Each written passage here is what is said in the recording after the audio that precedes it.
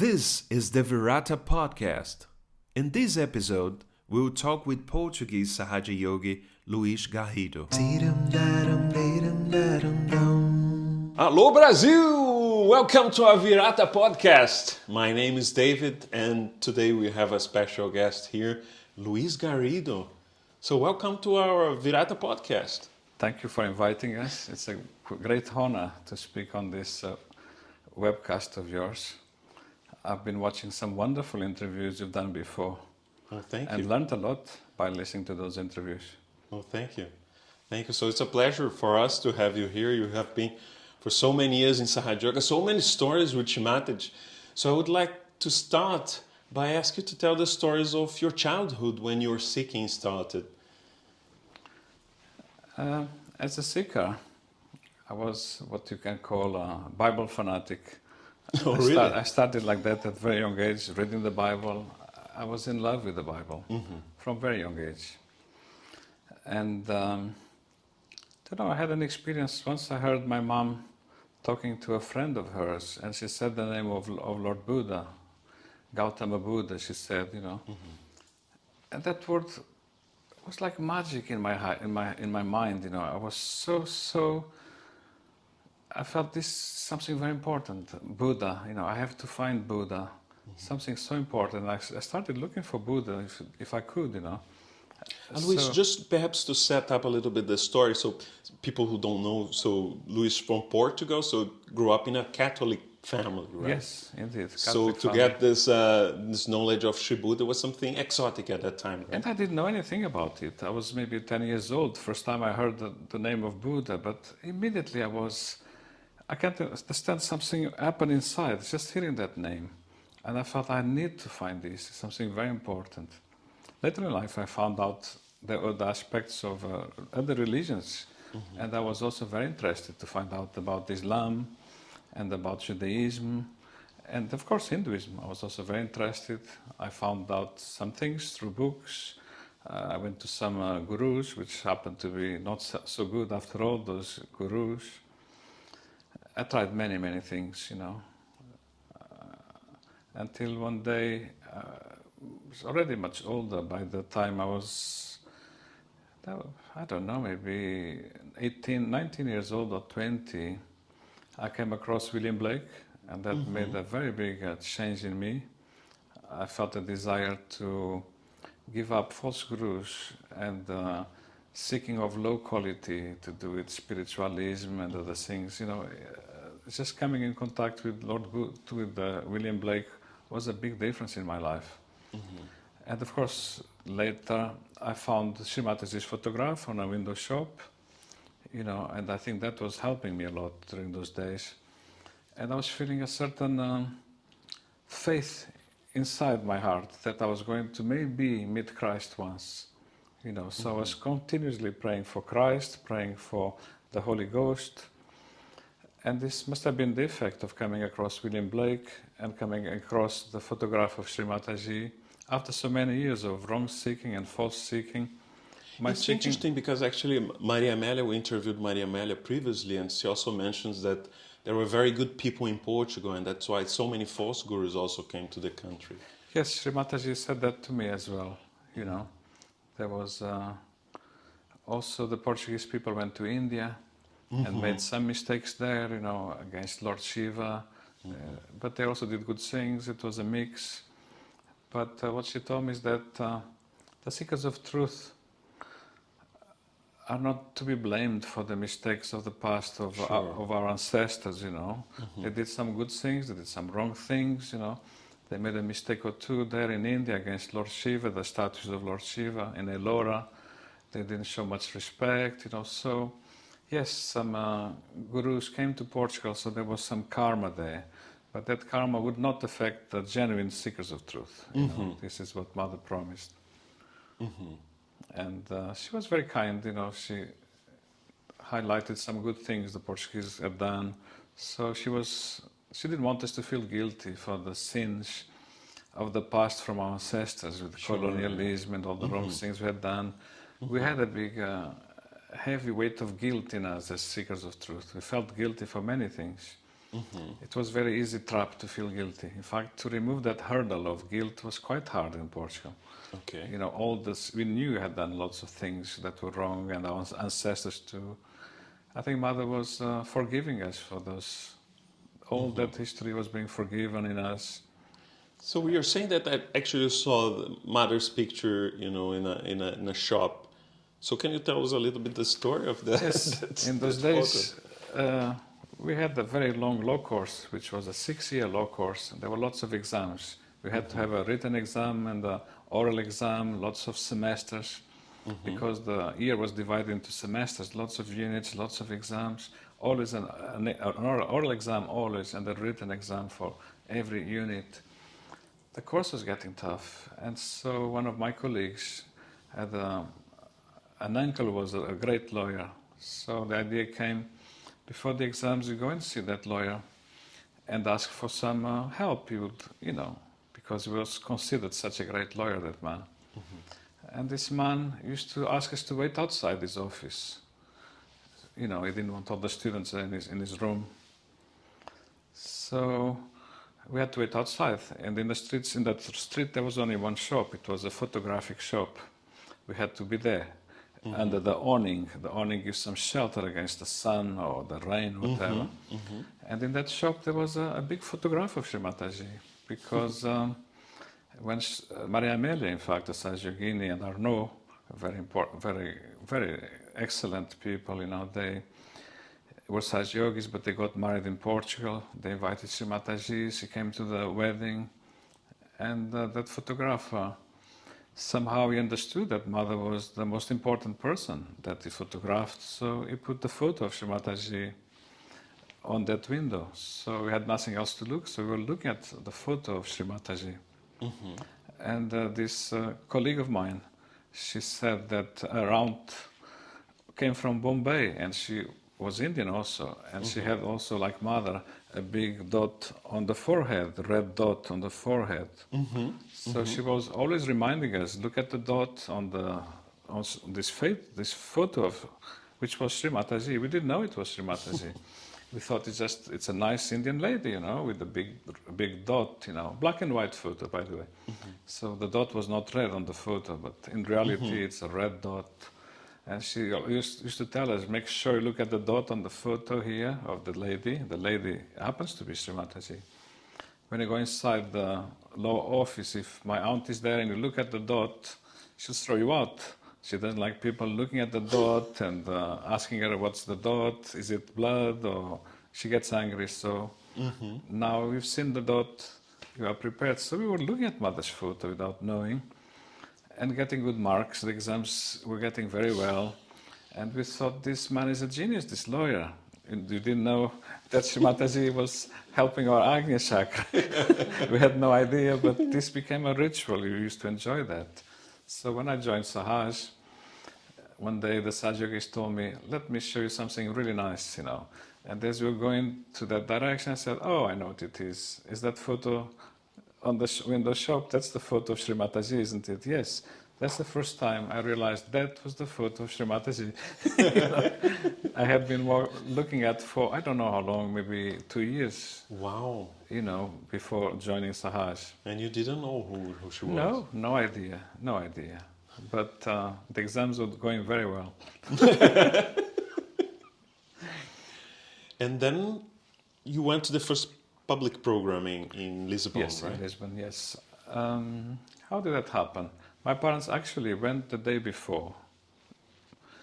And they arrived home very late. I was asleep. Around 3 a.m., 4 a.m., they knocked on my door. And they showed me the photograph of Shri Mataji. And they said, this is what you need.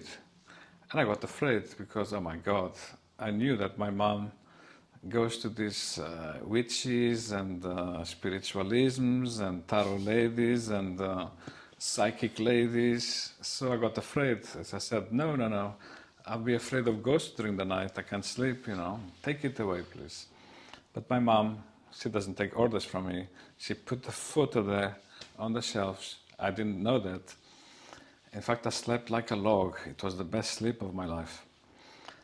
no fear of ghosts, nothing, absolute peace and bliss. And for the first time, Christ appeared in my dream. And this is something extraordinary for me, because I've been praying for the Holy Ghost to come to me or to meet Christ for so long.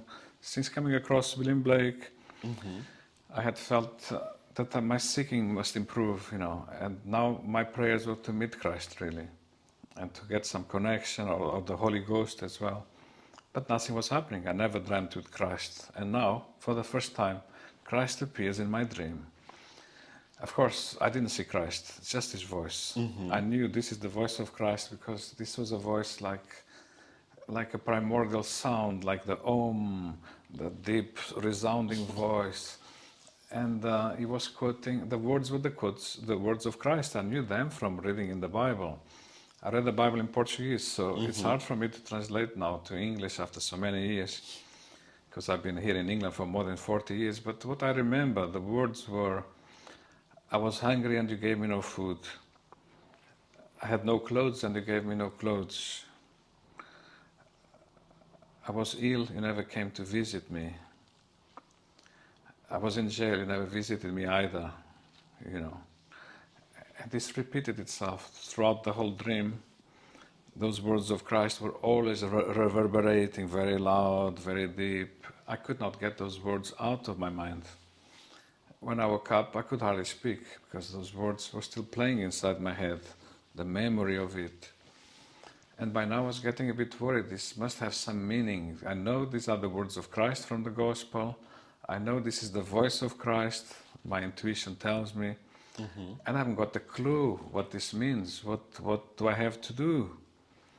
What's the meaning of all this, I get the message at last from Christ, but I don't know what it means, And I was just waiting. Meanwhile, lunchtime is approaching. And suddenly, something strange happens, I had a girlfriend in those days, and we didn't get on well. We argued a lot and fought a lot. She was a communist. I was a bit fanatic, Bible type of a person, plus the seeking and God. It's impossible for me to convert to communism because there's no God in communism. So arguments were very big, and we didn't get on well. But that day she rang my parents to say she had forgiven them, and she was going to come for lunch. So they arranged for her to come that day for lunch. I was not even interested because the only problem in my mind is, what is the meaning of these words? I'm not interested even. I just want to know the meaning of these words. So these words, they were repeating in your head all the time? Constantly, that sound. Okay. It was like a magical mantra. It was going on. And I can't understand. There's no way I can understand this, Then suddenly I got enlightenment at last. I know what this means, because part of me was saying, I never did those things to Christ, So this is not nothing to do with me, but it must be. Then I realized, oh my God, I refused to go and see my cousin in jail. My cousin had been in jail for 2 years because of some serious drug offenses. And not only I refused to go there, but I told my parents they ought not to go. One should not support crime or compromise with crime or wrongdoing and mix with criminals. Nothing. After all, you would become a lawyer. Yes, I was studying the law, and crime is something very serious. You don't compromise, you don't sympathize, you have nothing to do with it, like a Bible type of fanatic, So my father asked me, what happened to you? Suddenly you had an epiphany or what? I said, yes, I had. I have to go to jail to go and see my cousin now. So my father said, today is your good luck day after all, because we are going. In fact, we go every Saturday we go. So you better come with us. But the problem is you can't come because your girlfriend is coming. And she already thinks we are bad people here because we are reactionaries or don't believe in communism or socialism. And on top, if you take her to jail now to see our family and there's a guy in jail there, this is a disaster. She'll never speak to us again. I don't care. These are like orders from God. I have to go to jail today. And so I went, and she came along as well. She had to come. She came for lunch and then we all went to jail to see my cousin, And on the way there, suddenly my aunt, because I went in my aunt's car. My parents were in their car, my aunt in a car with her husband. And my aunt said, after going to jail and seeing my son, we are going to go and see this lady Mataji, great master of yoga, the top expert. As soon as you meet her, your heart will open. You feel a love you've never ever felt. And I said, oh my God, I wish my parents had told me about this lady. I thought it was a tarot reader or something. This is a master of yoga, and you feel those things the way my aunt described Shri Mataji. I mean, I have to go and see her. The problem is my girlfriend, because she's 80, she may refuse to go. And then what do I do with her? I have to take her home instead, So I decided she has to come.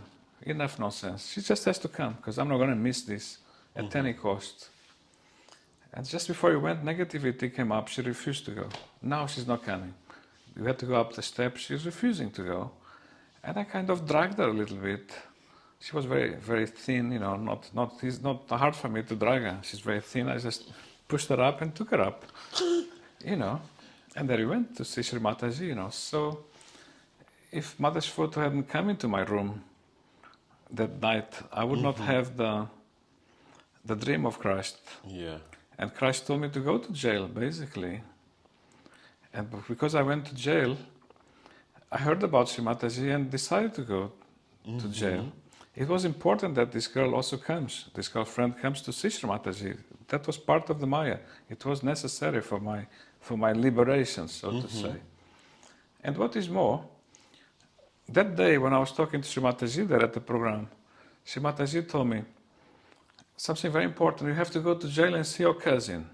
Shri Mataji told me that during that meeting.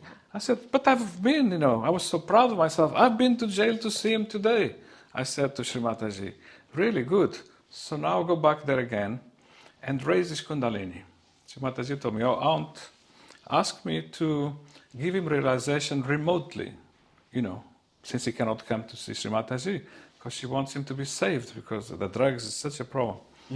So I made some exception. I gave him realization here from distance, So all you have to do now is go and work on him and raise his Kundalini. I've done all the work. That's all you have to do. So Shri Mataji gave him a realization, or you could give him self-realization just by Shri Mataji, at the request of my aunt, gave him realization at distance. Okay. But then she told me, since it's your family, you go now and see him in jail and raise his Kundalini. That's all you have to do, because I already gave him realization. So I was so proud. I was able to tell Shri Mataji, I used to refuse to see him, in jail. But, I told with such pride, I already went to see him in jail today, That was such a miracle, And thanks to all this nonsense of the jail, I ended up going to see Shri Mataji. Otherwise, I would have missed it, But, that was a surprising development, isn't it? And then you went there to jail and worked on him. Yeah. No, I never went to jail. Oh, really? Time passes, Okay, so you forgot and you didn't No, I go. didn't forget, We're busy. I'm joining Sahaja. It's my first month in Sahaja. Then we have a new president. And the president gave an amnesty for criminals. But in this case, he did not qualify. But my aunt decided to ask the lawyer to apply for his release under the amnesty. Because the lawyer said, there's so many applications, sometimes they do mistakes and people don't qualify to get released. And she was a lucky one, the miracle of Mother. He did not qualify for the terms of the amnesty because of some serious things he had done, but somehow they made a mistake, he was released. So he came to my home. And that's when we worked on him, 3 Sahaja yogis, and raised this Kundalini. Amazing. And as Mother said, it was an incredible experience. Raising his Kundalini, Mother really had done a phenomenal job. It was a sea of vibrations, like an ocean of vibrations. It was an incredible experience raising his Kundalini. So Mother not only gave him realization, I didn't have to go to jail to give him realization to raise his Kundalini there. He came to my home and he got released. It's a miracle. Amazing. He didn't qualify under the terms of the amnesty, but my aunt applied, our lawyer applied. And somehow, by mistake or God knows what, or miracle, he got released. He came out. So I didn't have time even to go to jail. He came to me. So now tell that story that you had to go to the house where Shri Mataji was staying. You had a meeting with Shri Mataji at 4 o'clock in the morning. Yes, when I arrived there, they told us I went to my father, my mom, my sister. We all went to jail, and my aunt and a husband. So we went to jail, then we came to see Shri Mataji and this girlfriend of mine, you know. And we were sitting there in a little room, which is a room you have to go down the stairs, an ancient place. And you're sitting there very quiet. They said Shri Mataji is having a siesta when she needs to rest. Because she gets up very early and she meditates in the morning and then she rests a bit she rests in the afternoon, you know. And we were waiting for her, you know. For quite a while, you know, I was getting bored, you know. I see two boys passing through. I knew them from the false gurus. So, I'm going to have a word with them. These people are in this organization, you know. And I know them from the past, from these false gurus. I went after them and said, hey, stop, don't you remember me? I'm Louis, you know, from this false guru, this, that. Oh, yes. No, we've never met you in our lives. Never. Stop, don't talk of this. And I thought, goodness me, these people are mad. Now they don't know me. After all these years, you know. So I went after them to see, they were going to their rooms. I thought, so I went after them, you know, to see where they go to their rooms. So I would knock on their doors and say, come on, don't you remember me? What are you doing? But instead, Shri Mataji came from a room. She finished the siesta. And as I saw Shri Mataji come from the room, from the photo, because now I had seen my mom gave me a photo. I know this is a lady Mataji, you know. And so I'm looking at her from a distance in the corridor. And while I was looking at her, something strange happened. Suddenly, I saw all my past lives. And in all my past lives, there was a kind of a lady, like a goddess, looking from above in a cloud, and she was seeing each of my previous lives and helping me, guiding me, avoiding problems, taking me in the right path. Was it a vision that you had? It's a vision. So this takes about 3 seconds, and then next previous life the same, you know, and next previous life and next one. In a matter of seconds, I saw lots of my previous lives, and being guided and helped by this lady, like a goddess in the air, or like a great angel, you know. And the lady in that cloud looked like Shri Mataji, in fact, the lady in the photograph. So I said, this is something absolutely extraordinary, you know. I never knew I was coming to meet someone so great, you know. I got afraid. But to tell you the truth, I got afraid. This is too much, this is too great, you see. So I went back to that little room where we were waiting for Shri Mataji to tell my parents, I'm not ready, I need to go home. I need to have a good bath, purify myself, do some proper fasting, stop eating meat, no sins, nothing, read the Bible. Just one question. This was in an ashram or what's this place? They had rented an ancient property for mother to stay, and also the Sahaja yogis, and to do follow-ups for the meetings, you know. So I see. that was the idea, you see. Some of the follow-ups for people who had already met Shri Mataji, not for completely new people. People who had already met Shri Mataji in public programs, they could come there to see Mother again or to see the Sahaja yogis. Sahaja yogis was sleeping there, Mother was also staying there. And so this was the place, very, very big place. And then when you saw, had that vision of the past lives, you were completely scared. Yes, I was afraid. I knew this is too great, much greater than I thought, you know. So I went back to tell my parents that, you know, I need to be ready before I meet this lady, you know. I need to purify, to stop no sins, no mistakes, no eating of meat. I used to think that was a serious thing, you know, but I used to eat it. So this, now I have to prepare myself, and I'll come back maybe 2 months later when I'm purified. I didn't realize Shri Mataji doesn't live in Portugal, so I thought I can come back later. I didn't realize that, you know, next day Shri Mataji was going back to England. I had no idea, you see. So as I said a few words to my parents, suddenly I looked behind, and Shri Mataji is there by the door. It's a very small room, and Shri Mataji is by the door, and being a very ancient room, the door is like an arch, you know, shape of a bandan. And Shri Mataji is exactly the shape and size of that door. So I can't run away. Mother is blocking the way, you know. And she sees me and she says, sit down. So I sat down, and she asked me, what's that woman doing there? Pointing at my girlfriend. And so I couldn't give an answer, you know. And mother asked me, who is that woman? What is she doing there? That's my girlfriend. But Wow. I couldn't find the word. I wanted to say, this is my girlfriend. But the word disappeared from my brain completely. It was like a blank, and I was amazed. I can't even remember the word now. So two people came to help to translate. This was Sahaja Yogis, Maria Amelia, and one of the Sahaja Yogis to help translate. The mother said, doesn't matter, he can translate, no need. After a long time, I remember the word, oh yes, girlfriend, you know, mother, Shri Mataji. I didn't used to call her mother. You know, Shri Mataji, this lady Mataji, I used to say, this is my girlfriend, you know. And Shri Mataji said, no, I don't.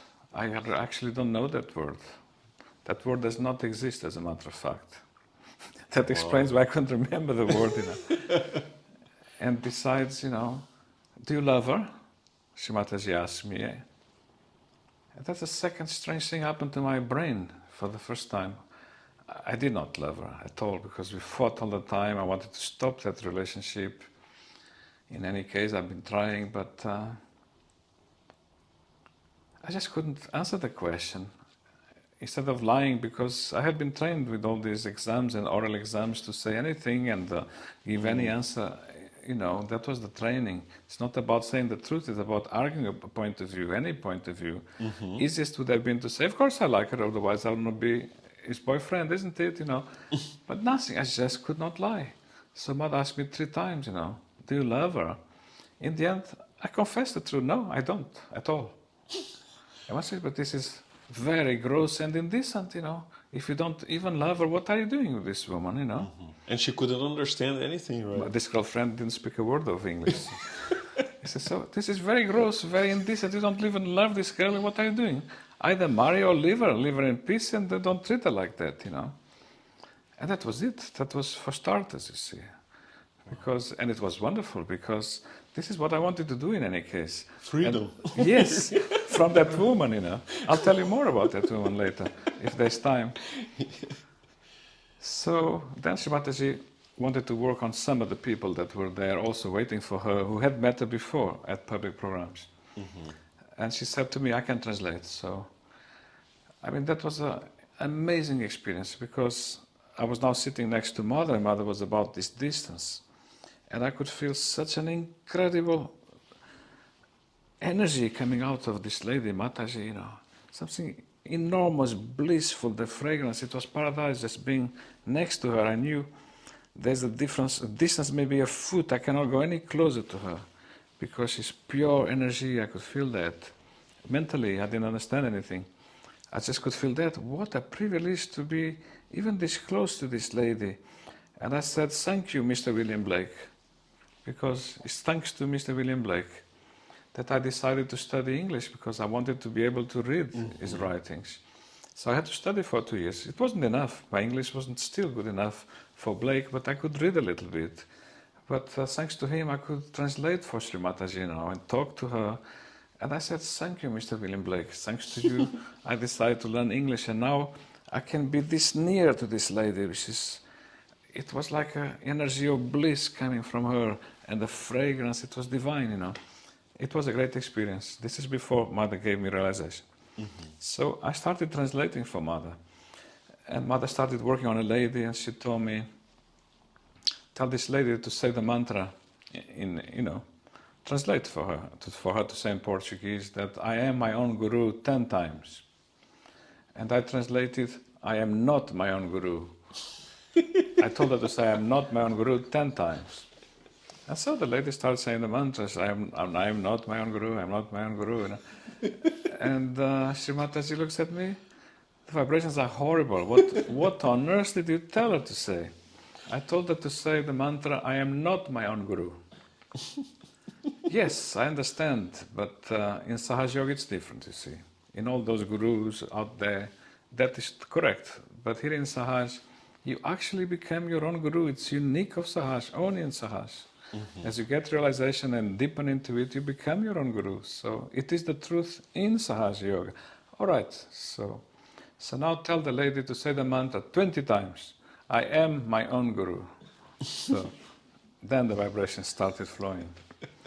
Then mother still working on the lady, it reached the Vishuddhi, and mother tells me, tell the lady to say, in Portuguese of course, the mantra, I am not guilty at all, 16 times.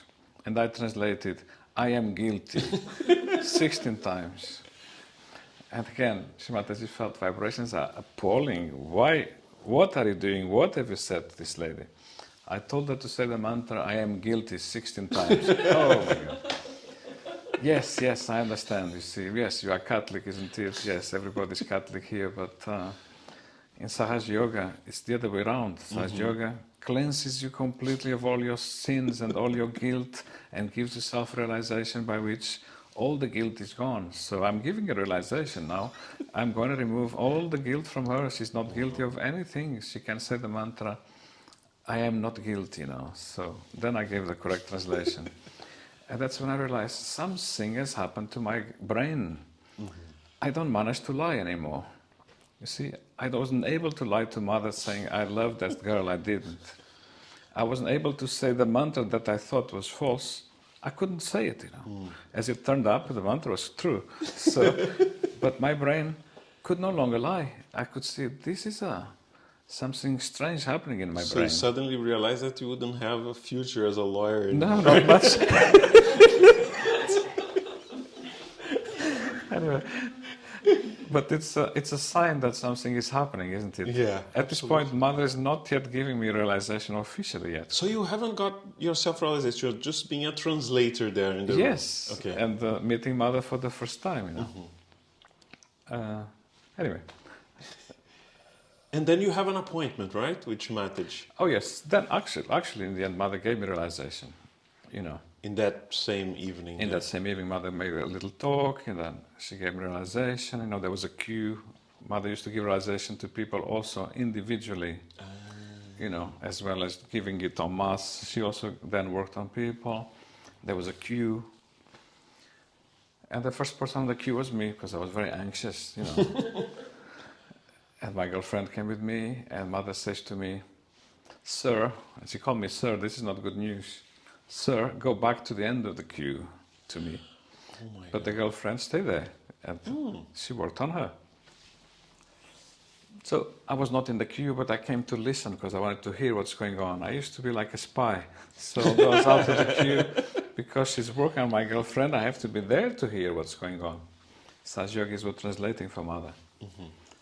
And the mother asked so many questions to her in English, but they translated, And then it turned up she couldn't have children, you see. She had great pains in this area. That I knew. We didn't know what it was. We thought it was a very bad stomach, but she had complications, very serious complications. So mother worked on her for a long time, And in the end she said, I think now she may be able to conceive, because mother worked on her for a long time. She said, I think I fixed her. She'll be able to conceive, The queues were not very big. The queues were 4 or 5 people. So meanwhile, after a while, my turn came up again, 4 or 5 people. And mother looks at me and says, Sir, go back to the end of the queue again. So I went back to the end of the queue, another 4 people came, And then my turn came up again and again. Every time my turn came up, mother always said, Sir, go back to the end of the queue. So I go back to the end of the queue again. I don't know what's going on. It's getting very late in the night. And I'm worried I'm going to miss my chance. I'm not good at queuing, you see. I like to jump the queues as much as possible. But it's a habit. I have a habit of jumping queues, And the habit was there. I couldn't control it. And then, Sir, go back to the end of the queue. I was the last person mother worked on. I was worried it's getting so late I may miss my chance, Mother may send me, Sir, go back home now. It's too late. But mother worked on me for a long time, That was surprising. Mother worked on me for so long. And it was an amazing experience to have mother work on you for so long, I was a bit hard of hearing in those days. And she said lots of mantras inside my ear, in this ear. Then she said lots of mantras in the other ear as well to improve my hearing, At one time she said, you can take off your glasses now if you want, you don't need them, And I was amazed. I took off my glasses. I don't need them, you see. So I discarded them. That's it. This is amazing, you know. And then during the process, you know, she used to do a kind of a neck crick, you know, boom, twist the head to one side, and the noise, the spine makes a big noise. And she turned my head that way, you know. This is, you may have seen Mother doing that on video sometimes. I have seen it. And I wasn't expecting that. I didn't know what it was. But when she twisted my head to one side, it must have blocked some blocks in the Vishuddha. It was like, oh my God, as if I felt like a new person. What a clearing out. And suddenly, all of a sudden, boom, another head had another neck click in the opposite direction. You know. I'm here. I should have been afraid of all this, you know, but I don't know. Even if she breaks my spine, it's such bliss. I don't care. You know, let her break my neck. I don't care. I used to be very afraid, though, you know, but suddenly, let her break my neck. I don't care. It's so blissful, so extraordinary. It's the deepest experience I've ever had, you know. And then she goes to a handbag, and she takes something, I didn't know what it was. And it was a thing they call Netranjan. I don't know how to read. This is an Indian medicine. And this is made of, it's like a kajal, but with lots of camphor in it, very strong, you know. And you put that in the eyes, you cannot see. The tears start coming from your eyes, you think you are blind. So without telling me, Shri Mataji takes a wallop of that kajal and puts it inside my eyes. You know? That's it. I'm blind in one eye, but but who cares? I feel terrific. I don't even need the glasses, so I don't need the glasses. I can see it's only one eye. It doesn't matter because this is blissful. No spine, no eye. The greatest experience of my life. And then she takes another wallop and puts on the other eyes. That was the best. Now it's both eyes, you know. Now it's boom. I'm totally blind, and I love it. This is fantastic. Because the life, the inside is much greater, the joy, than what you see outside. This is divine, really divine. After a while, the eyes stop watering and you can see again. So I did not become blind.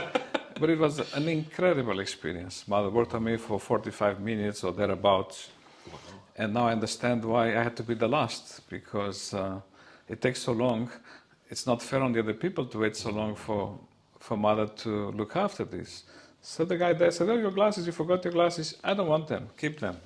Leave them behind. You know, amazing. I went home without the glasses. I don't need them.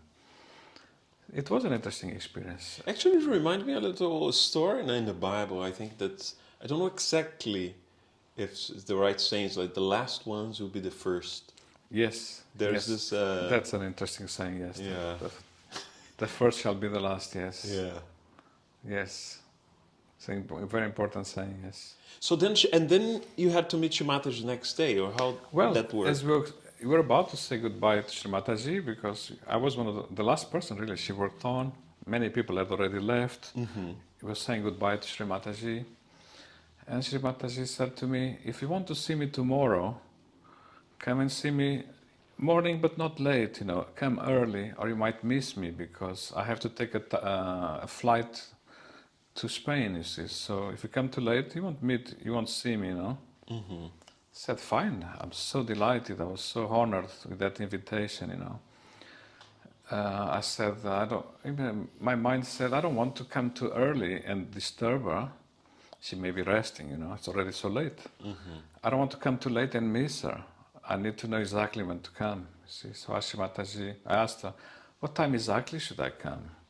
Oh, no, nothing like this. Just come, you know, come early. It'll be fine, you know. Make sure you don't miss me before I go to the flight, you know. Yes, but it's a bit vague, you know. I would love to have a time, an exact time I can come. But I said, no, I've just told you, you don't need an exact time. Just come, it'll be fine. I was worried, you know. If I come too early, I wake her up. You know, if I come too late, I miss her. I needed a time, you know. The dilemma there. So I asked her, I thought, I have a solution. I'm going to ask what time she gets up. Because if I know what time she gets up, then I come after she gets up. That way I don't disturb her or wake her up. So I asked Shri Mataji, you know, what time do you get up? She says, 4 a.m. 4 a.m.? It's almost 4 a.m. It's so late. It was at least 2 a.m. by then. This was getting late, you know. It was almost 2 a.m. by then. It's getting really late, Yes, I always get up at 4 a.m. Really? Oh, yes. I get up at 4 a.m., she said, and I do meditation. I can't sleep at 4 a.m. I have to meditate. Right, so when shall I come? After 4 a.m.? Yes, good idea. You're most welcome. Why not? Come anytime you want. 4 a.m. is perfect if you want. So I felt, this is it. I mean, Mother gave me an appointment to see her at 4 a.m., I thought. I went home, just had time to have a quick shower and change into a nice suit, And I got on my motorbike, and here I come. But did you sleep that night, or? No, I just went home, got late, had the shower, and here I go. Because I have an appointment with Mother at 4 a.m., I got on my motorbike, I'm going to drive fast, I'll be there on time, I started driving on my motorbike, and boom, no petrol, that's it. And then I realized I don't even have any money. I forgot my wallet too in the rush. I didn't sleep, you see. You don't sleep, the head is gone. I got my realization, I didn't sleep. I'm rushing for an appointment to see Mother at 4 a.m. I forgot my wallet. And the motorbike ran out of petrol. And I don't want to be late. I used to have a problem. I was very ill, and I had to walk very, very slowly. So slowly like an old man, and rest, and walk, and rest, and walk. But this is like a miracle. I decided to run, with my helmet on the hand. I ran all the way to the appointment. It's a long distance, Mother was staying next to the church of the Sé, which is the main cathedral in Lisbon. And I ran out of petrol at the statue of the Marquis de Pombal. That's where I ran out of petrol. So I ran all the way from the statue of Marquis de Pombal to the Sé cathedral, because Mother was staying next door there. As if I'm a hero, as if I'm an athlete, I couldn't even walk, I ran all the way down the hill and up the hill. It's such a uphill thing. I never stopped. I arrived there, and oh my God, it's 5 a.m. My goal was to reach at 4 a.m., or thereabouts. 5 a.m. I bang on the door, nobody answers, I bang on the door, nobody answers. I cannot miss this meeting with Shri Mataji, I bang on the door, and at last, a lady comes in her pajamas, opens the door. I said, oh my God, you are not even dressed yet. Who's Maria Mel? At 5 a.m. That poor lady was Maria Mel. He said, who are you?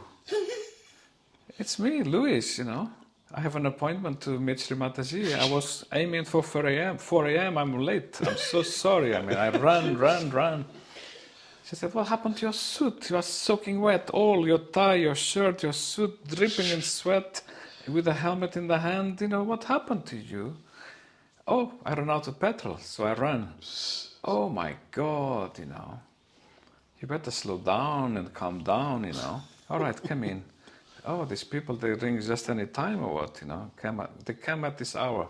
I have an appointment to see Shri Mataji at 5 a.m. Yes, of course you do. Of course you do. Don't worry. We're not going to argue about that. Just sit down and meditate, and Shri Mataji will be with you presently. You just meditate, and all will be fine. And I said, no one told me how to meditate in this technique, No, you just meditate, nothing complicated. Sit down, look at the photo of the lady there on the mantelpiece, and that's it. You go into meditation. It's that simple. Ah, my God, just how stupid do you think I am?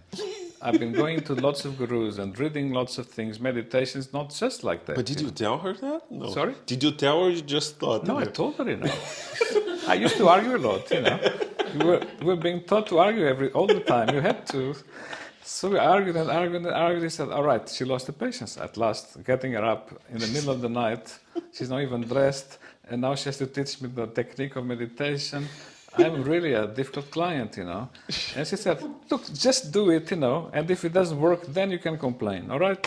And I'm busy, As she went, I tried that meditation, and my goodness, did it work?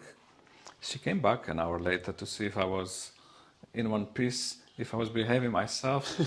So, did that work? Oh my God, did that work? What an amazing meditation. Of course, Shri Mataji is in the room next door. That must have helped, you see. So I said, okay, I'm going to cook a breakfast for the lady Mataji. He said, I understand. You want to have your breakfast, isn't it? You run a lot, you've been running. I said, no.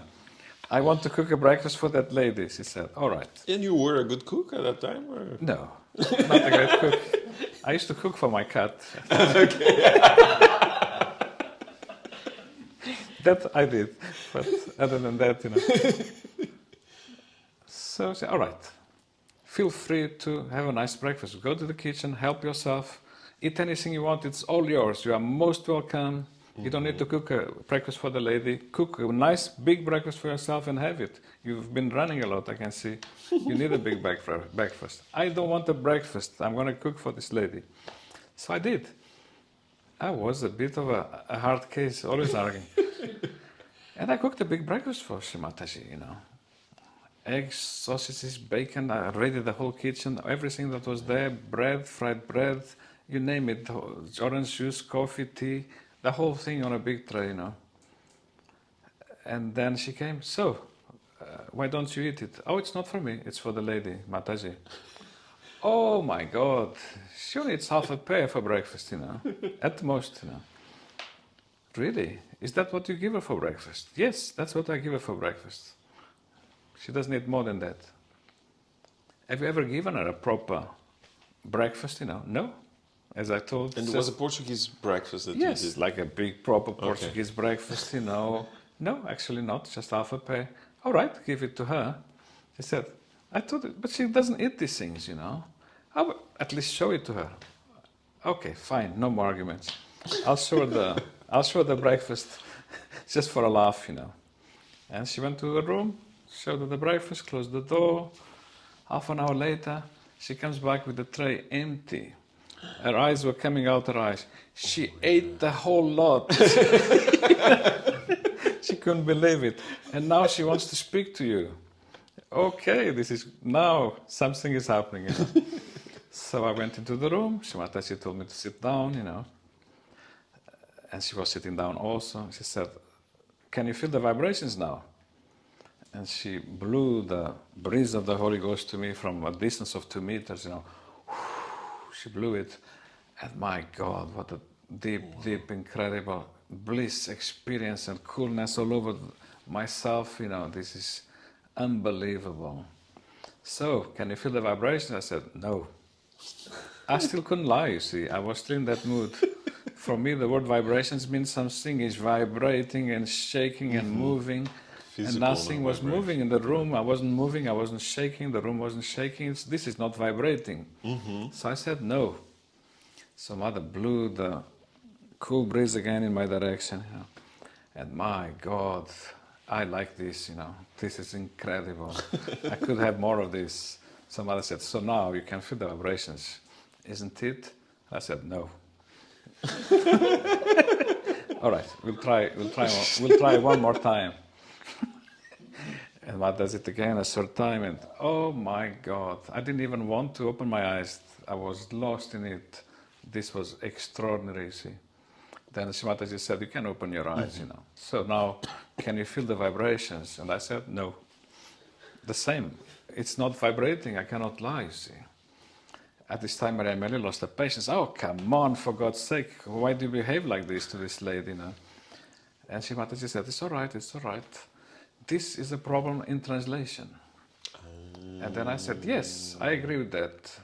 It's not vibrating, so it's not vibrations. One said, well, in Sahaja Yoga, when you say vibrations, it doesn't mean the room has to shake, or the person starts shaking.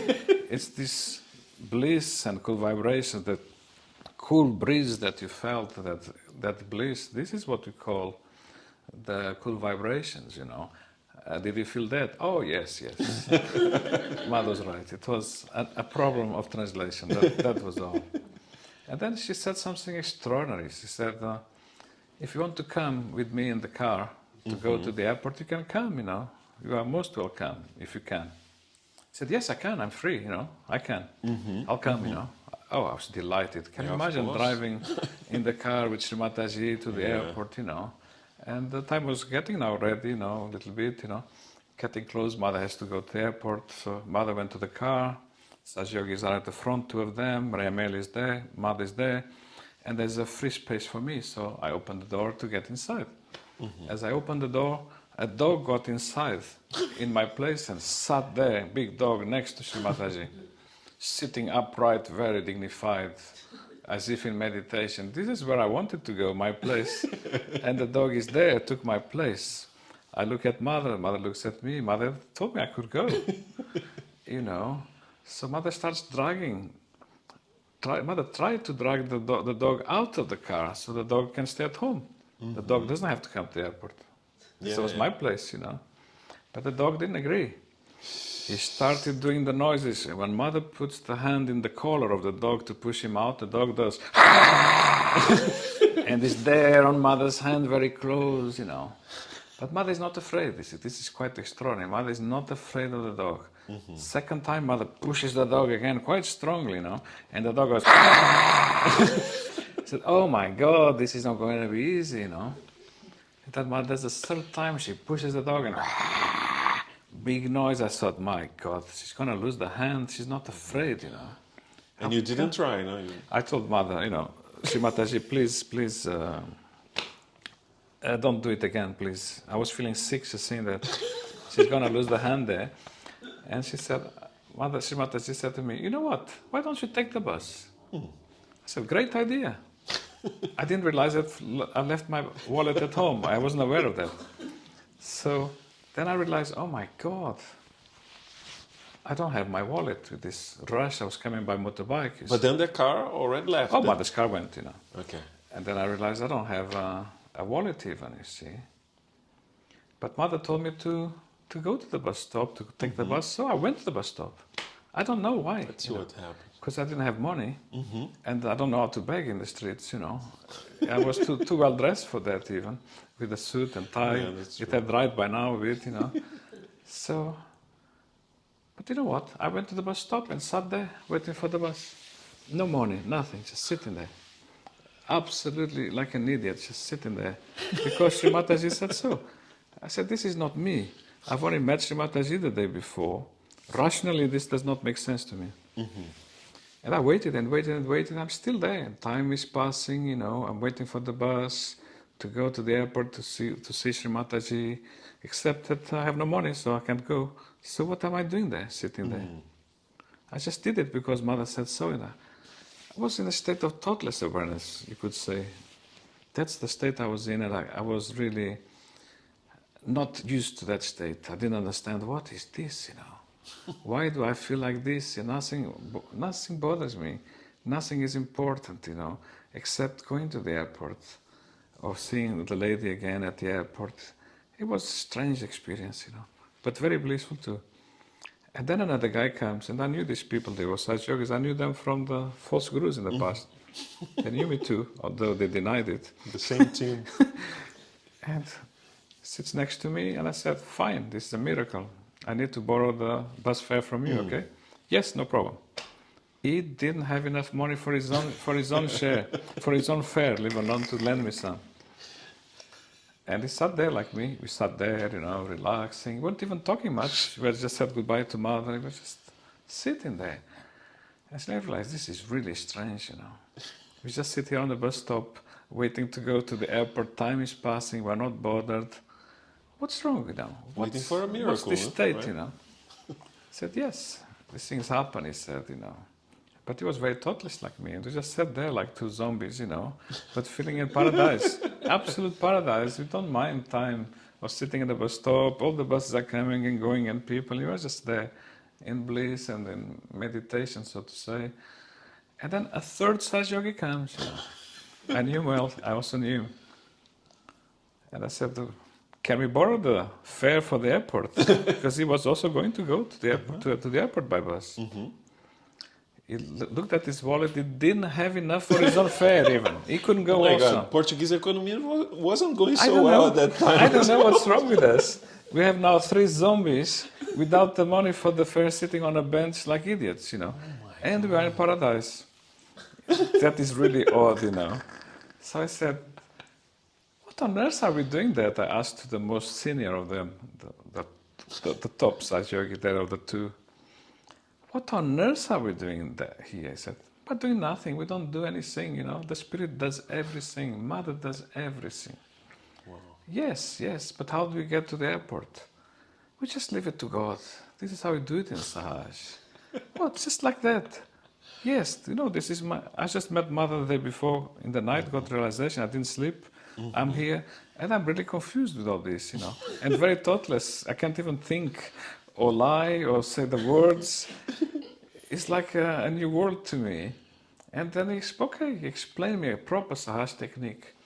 In Sahaj, you know, the vibrations do everything. Mother does everything. We just do like this. And it solves all our problems. You can try it, you know.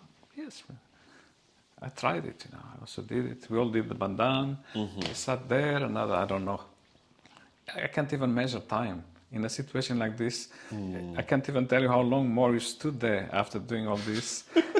It was just like in a state I thought, oh my God, what on earth is going on here?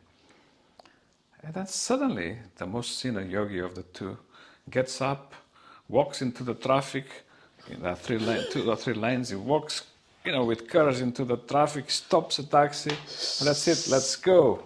This is a friend of my friend. See, what a miracle. So we all got in the taxi, you know. Amazing. We stopped the traffic virtually, because now we had a taxi to go to... Someone decided to take action at least. I'm sorry? Someone decided to take action there. Yeah, it's a miracle, you see. This is a friend of his, no problem. Okay. Problem solved. Halfway through the journey, in talking to him, he realized that this was not a friend of his friend. This was someone, a lookalike. Oh my God. So, we have a big problem again, isn't it? We can't pay the taxi fare. That's even worse. Before you couldn't pay the bus, now we can't pay the taxi. And if you don't pay the taxi fare in Portugal, they have a big stick under the seat. And you know, I knew what was going to happen. One of us for sure will die here today. And I knew it was going to be me, because I have already run so much. It's going to be difficult to run away from this situation. So I said, when the taxi stops, we all run in 3 directions. I'll probably die, but you might escape at least, because I already run too much. You know, what else can we do? I said, oh, no, nothing like that. The great yogi says. In Sahaj, that's not how we do things. We just give it a bandana. But could the driver listen to you talking about these things, surrendering and no money? You know, I don't know. I don't know if he understood what was going on. We were in a different dimension, you know. It's a crazy world we were in, you know. It just says, no, in Sahaj, all we do, we give a bandan, and that's it. God does the rest, Mother does the rest. You don't need to worry about things. So you don't want to run away. No, there's no need. All is well. And ultimately the taxi... But I knew I was going to die for sure, but I was in bliss again. This is the thing I found the most strange. I used to be so afraid of ghosts, afraid of dying, afraid of everything. Now I know for sure I'm going to die, and I can't be bothered because I'm feeling terrific, you know. And I knew some part of my brain was telling me, this is something special, you know. This state of bliss and peace, all the worries are gone. The fear of death is disappearing. That's quite an amazing state to be. That's what I felt at the time. And ultimately the taxi reached the direction, reached the destination, and it parked next door to Shri Mataji's car at the same time, the 2 cars next to each other. So one of the Saj yogis at last inside the car with Mother paid for our taxi. Our problems are over, you know. And that was it. And then you went to talk to Shri Mataji at the airport? Yes, then I went to talk to Shri Mataji went to Spain, you know.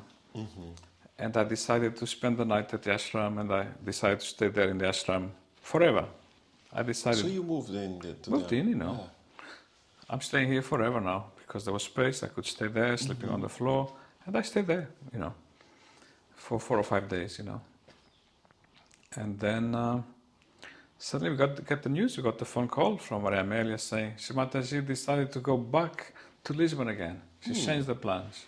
Instead of going to London, to her home, she wants to go back to Lisbon. Portugal again, to Lisbon, to meet this guy called Luis. That's me. She wanted to meet me because she got the news that as I stayed immediately living in the ashram, I was learning everything about Sahaja, you know. I was interested, you see. So Mother said for that reason she decided to come. When I went to see Mother at the airport, when she arrived again from Spain, she said, I changed my plans. I came all the way just to see one more time before going to London. I'll stay here now 3 or 4 days with you because I travel all over the world to meet seekers, and since you are a person who is seeking, interested, I came back. So the plans have to change now. We have to again call all the new people immediately because you knew the details of some of the new people that they must come again. Mother's back. Mother's back. She went away, but she's back. So more people are coming again to see Mother. My parents came again. See, so my parents came again to see Mother again because we gave the news. All the people who saw Mother before came again.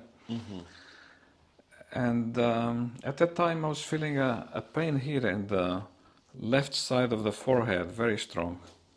This is a pain I always used to have in the forehead for many years. I was doing that 6-year law course, and that pain was there nagging me all the time. So I told Shri Mataji before she went to do the meeting, could you please remove this pain from me? And she passed the finger very lightly, the Agni finger, on my forehead, like wiping my forehead, and the whole thing went away. I was so excited after 6 years without that pain. I thought, this is amazing, Wow. I went to see the other Sahaja yogis in the kitchen, we started talking and deciding things and discussing. Suddenly, we started an argument again, and the pain comes back. So I rushed back to see Shri Mataji again because she was about to start the meeting. And I said, it's not working. The pain came back, Have you got a stronger Sahaja technique, Because those 4 or 5 days I had been there learning Sahaja techniques with these Sahaja yogis. I needed a stronger Sahaja technique, the strongest possible, because this came back, And Mother said, yes, I do have a stronger technique, but you have to rub my feet. That's the strongest I have. Are you all right with that? Oh, yes, absolutely, So I started rubbing Mother's feet. But I didn't know this is an ego problem, so it's quite a hard thing to remove. And I must have been rubbing Mother's feet for 45 minutes in total, which is a long time. And this is delaying the start of the program. In any case, people are late, people always come late. Mother's there, but she's still waiting for more people to start. She's waiting for the vibrations to settle. But I was surprised Mother doesn't start the meeting because I'm still rubbing her feet, for 45 minutes or thereabouts. My parents were there already. My parents saw this and they felt, this is a bit strange to see our son there on the floor rubbing his feet, So my father said, all right, I think I'm going home now. My father decided. So he came and gave me a big tap on the shoulder and said, come on, let's go, let's get out of here. So, okay, I translated this to Shri Mataji. I was still rubbing Mother's feet. Shri Mataji said, if you want to go, you can go. But if you want to stay, you can stay. Oh, I'm free, huh? I said, this is fantastic. I used to have to obey my father or else. I thought, what a freedom, This is fantastic. So I told my father, actually, I'm going to stay. You can go home. I'm not staying. I'm not going home. I'll stay here. I'm sleeping here in any case. I'll stay here the night as well. So my father went away and my mom. Maybe 10 minutes later, my father is back. He comes back again. I'm still rubbing Mother's feet. And he gives me another slap on the back. Come on, let's go now. You need to come and change the tire. Because I have a puncture, This is my father, He has a bad back and he needs me to change the tire for him. So I translated this to Shri Mataji. Oh, he's back, my father, He wants me to go. He has a puncture, he has a bad back, I have to go. Yes, you can go if you want, but you don't have to. These two boys, those two old Sahaja yogis, they can go and change the tire for him because we are busy, isn't it? Yes. So I said to my dad, I'm very busy right now. They can go and change the tire for you. And they did. They went and changed the tire for him. And I remained there rubbing Mother's feet. So I got lost. What was the question? You asked me a question. No, it was just because this was when Shri Mataji came back, right, from Spain, and that she was there. And basically the question is how you kept on coming to the programs because you were already living in the ashram, In the right? ashram, yes. I started living straight away, yes. Yeah. And then after that, your parents came back to Sahaja or not really? After that incident with rubbing of the feet, they were a little bit cautious, you know. They were not, I don't know. I think Sahaja was too much for their heads. It was a bit too much for my head also at times. And after that, after rubbing Shri Mataji's feet, the pain in the left Oh my side God, stopped? the whole pain disappeared. It was fantastic, you know. So I asked Mother, is this gone forever, forever, forever? Because I've been rubbing Mother's feet for 45 minutes. And Mother said, no, this is the start of it, you know. So you are going to have to work a lot on that problem. It will take you many years to improve that completely, to overcome that obstacle, you see. Later I understood this is called ego, that problem, that pain on the left side of the forehead. So this was the beginning of the process. When you start doing puja to Mother, gradually your ego improves, you know. And when did it come like the recognition to Shri Mataji? Like I'm she's sorry? there. Did it come like the recognition who Shri Mataji was? She had the Shakti. I feel my recognition to Mother came the first time I saw her. Okay. Because of that experience, she was like the mother of the universe. She had been like a mother to me already in previous lives, although I never met her, of course, but somehow like a divine mother. That was the recognition that she was someone like a universal mother that had already been there throughout existence, since the beginning of life. All my previous lives, she was like guiding all the seekers, for sure, and helping humankind. So I felt this was my first revelation. When Mother gave me that self-realization workshop, you know, and I went blind and, you know, temporarily blind with the Netrajan and the whole thing, that was another state of recognition. But when I ran those 10 miles at fast speed, you know, down the hill and up the hill to meet her, I got some recognition of Mother from that. I thought this realization she gave me last night, well, a few hours ago she had given me all that workshop, and now I'm running like I'm a hero or like I'm a top athlete even, you know. I thought there's something about this Lady Mataji that's extraordinary, you see. But even that dream that happened after seeing her photo about Christ, you know, Mother fulfilled one of my prayers that I wanted to meet Christ, and the first time her photo enters my room, that night, it's as if I met Christ for the first time. And basically it told me to go to jail, Yeah. you know, which led me to go and see her. Yeah. And then Shri Mataji told me to go to jail also, although I never went because there came the presidential amnesty, but still, all this was part of the gradual recognition of Mother.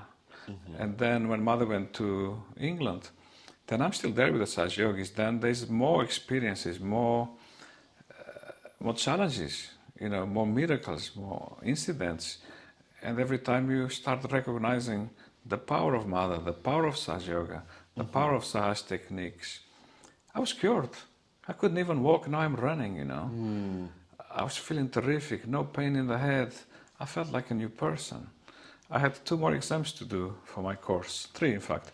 But 2 of them I didn't even study, I just went and passed the exams like that. No revision, nothing, you know. I thought, my God, this is something incredible. I thought it was invincible, you know. So it really started to transform your life, right? Yes, yes, completely, you know. And when did Shri Mataji ask you to come to London? Before leaving, she warned me that if ever you have a big problem, come and speak to your aunt, you know.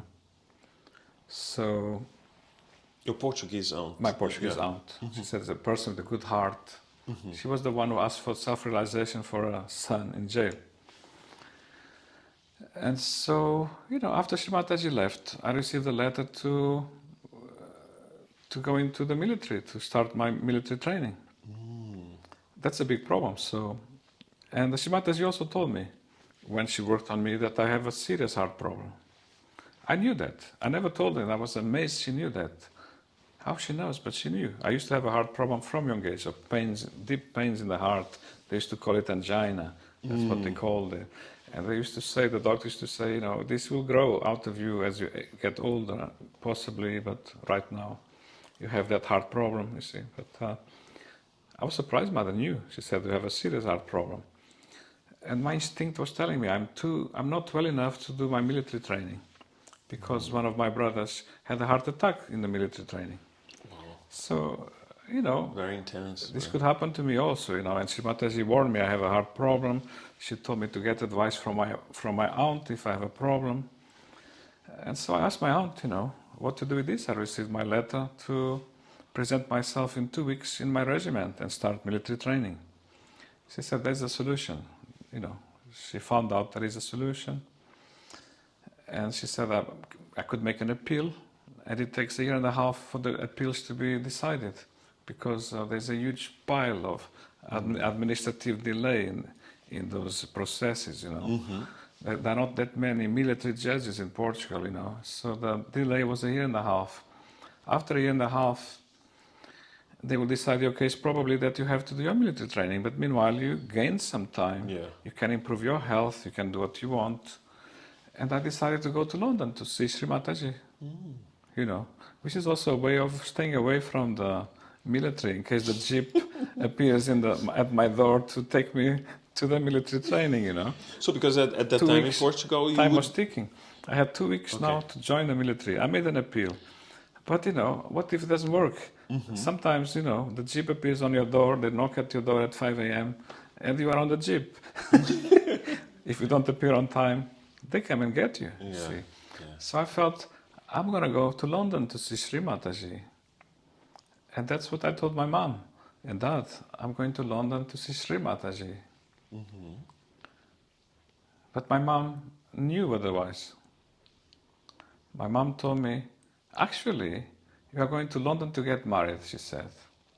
I said, no, come on, please, mom, what's this, I'm going to London to meet Shri Mataji. I need to speak to her. Yes, you need to speak to her, but I know you are going to London to get married, my mom told me. Really? No, that's the last thing on my mind. Going to London to see Shri Mataji. You'll see. I know what I'm talking about. And she told me, yes, I know you are going to London to get married. I had forgotten, you see, because as a child, there were some competitions at the zoo for singing competitions for children. Mm-hmm. And I used to sing a song which was "Oh Carol," and a romantic song to a girl called Carol. And somehow I kept winning those competitions as a child. And in summer at the casino, there was a casino at the beach, there was the same competition there at the casinos. I kept winning those competitions year after year after year. I always sang the same song, "Oh Carol," And I was a kid, very young, 5, 6, 7, 8 years old. Those competitions were there. I was winning those competitions. Sometimes my relatives used to ask me, so when you grow up, do you want to join the Air Force or the Marines or the Army? Which one do you want? Because Portugal was having lots of wars with the colonies in Africa, So we were being programmed to go and join the armed forces and fight for the country, be proper citizens, to defend the country, to defend the homeland, It was a lot of nonsense. But I used to answer, I can't go to either of those things, neither army, neither navy, neither air force, because I need to go to London and to get married, and my wife is called Carol. That's what I used to say. I said that so many years. And then I got so many slaps for being a coward and not wanting to defend my country that I stopped saying these things. And I forgot about it, completely erased. So my mom said those things, that actually you are going to London to get married. So I went to London to see Shri Mataji. My wedding was arranged quite fast. Shri Mataji helped arrange the wedding for me. And so, tremendous news, I need to call my mom to tell her the great news and also to invite her for the wedding. So I rang my mom and my dad, and Mom, I have great news. My mom says, stop, don't tell me, I'll tell you the news. You are going to get married very soon, isn't it? Yes, Mom. How did you know? Oh, you've been telling me all your life. Have you forgotten or what? Oh, that. Not even I believed in that anymore. That stuff, you see, so many years ago when I was a kid, 5, 6, 7, yes, oh, the lady in question is very nice, very nice. Stop, don't tell me. I'll tell you her name. Her name is Carol, isn't it? Yes, her name is Carol. But you haven't met her Sorry? yet, no? At that time. No, but I knew the name. Yeah. It was Carol, you know. Okay, you knew the So name at least. in the end, it worked. But it's extraordinary, isn't it? How Shri Mataji made this dream that I had from such young age. Yeah. I don't call this a prophecy. I call it more like a dream, you know. And somehow Mother made this dream possible for me. This was important to avoid the military service. I needed to get married soon to obtain British citizenship so that I could avoid the military service once I'm called again. Because sooner or later the appeal is going to be decided against me because I did not qualify. The appeal could not win. The appeal was a dilatory process, trying to delay things for me. It gave me some time to come to London, get married, Yeah. the whole thing. My aunt was a great advice Mother gave me when she said, if you have any problem, ask that lady. Yeah, she knew all the ways, right? She had the contacts with the army to find how to deal with this. And she knew the information is you appeal, even though you don't qualify, because they take a year and a half to decide.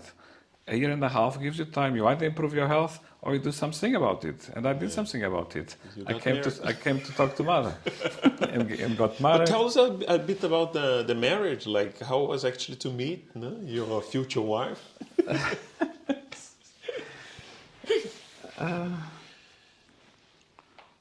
Well, I was in the ashram, and then I saw some road, and the Sahaja Yogi told me, "Oh, look, the Mother is on the phone for you." Mother's on the phone for me. I assume this must be my mom, so I answered the phone in Portuguese. "Hello, mom," in Portuguese. Hello, mãe. And Shri Mataji said, "It's me, Nirmala, your mother." Ah, yes. So, Mother had arranged the meeting for me to go and meet Carol. So that day, another Sahaja Yogi took me all the way to where she was living, which was a place called Brighton, in fact, the ashram. I was going to meet her at the ashram in Brighton, and as I arrived there, a very, very polite lady with a tremendous, great sense of protocol. In fact, she was a barrister, see. She talked with such authority, you know. So when she arrived, she bowed down, she welcomed me, and you know, and I was terrified because, you know, Shri Mataji had told me that my wife was a little bit older than I. So I knew that, you know. But this lady she was 55 years old or something, you know. So I got such a fright, such a shock, you know. Required a lot of surrender, I suppose. Oh my God, I felt like throwing away the flowers, you know. I knew she was going to be a little older than I, but this is too much, you know. And you were like 22, right, at the time? At the time I was 23. 23. 23 years old, so this lady was so ancient, you know. And she told me, "Oh no, I'm not the bride. I'm the friend of the bride. I'm here to introduce you to the bride." Oh my God. What a fright, you know. But after that, it went wonderfully. Amazing. Like a miracle after that. Amazing. And then there was, you got married like in a church, right? Yes, we ended up getting married in the church. Shri Mataji knew that. There was a purpose for that because Carol's parents, they were missionaries, you know, they had gone to India to spread Christianity there. My wife was born in India too, you know, but now she's a Sahaja Yogini. So we felt on that occasion that if we went to marry at their church, they would then reciprocate and come to Sahaj meetings themselves. We were hoping they would come to Sahaj meetings and get their realization, you know. So that was the reason for having it there, to create a kind of diplomatic exchange, you know. We go to their church, then they come to Sahaj meetings, you know. So that was our intention. Shri Mataji understood that. And she actually invited all the Sahaja Yogis to come to our wedding. Not all came, because it's a big distance. We were there in Brighton. But lots came, thanks to Mother's invitation. Amazing. And that somehow changed the atmosphere of the event. Having so many Sahaja Yogis present, it kind of lifted Did your up. parents come from Portugal? They came. Okay. They came. Yes. Amazing. So, and I mean, it was nice also that Shri Mataji came to the church and vibrated, I suppose, the whole... No, Shri Mataji didn't come. Oh, she didn't come, okay. She had some diplomatic meeting that day, in fact, Oh, a very right. important meeting. She was not free. She had to be with her husband. Yeah, you know. yeah. She said she could see me the next day if I wanted, or a few days after, you know. And she did. In fact, we met Shri Mataji 5 days later. We met her, wasn't it? I think it was just 2. Sorry? Just 2 days. 2 days later it was, yes. 2 days later we actually saw Shri Mataji. Because she came then to meet us. That day she had a diplomatic meeting. She was not free. Okay. And who are we that she should come to our wedding? But you know, but it's life. Yeah. She was very polite, saying she was busy. I believe. No, but it was interesting because we were talking to Maria Amélia, and Maria Amélia, I mean, she also didn't know much the protocol at that time. She invited Shri Mataji to her marriage, so that's why I was thinking that at that time it would be possible not this to happen as well. Not in our case, no. Okay. But we met Shri Mataji 2 days after. You know. Oh, nice. That was nice. Yes. And then you stayed. You stayed in England from... Yes, I'm still here. Because then I got another letter of invitation. Not invitation. It's, I was asked to present myself much later in in my regiment to start training. Because a year and a half later, my case was decided against me. So I had to present myself. So I received a letter to come and do my military training.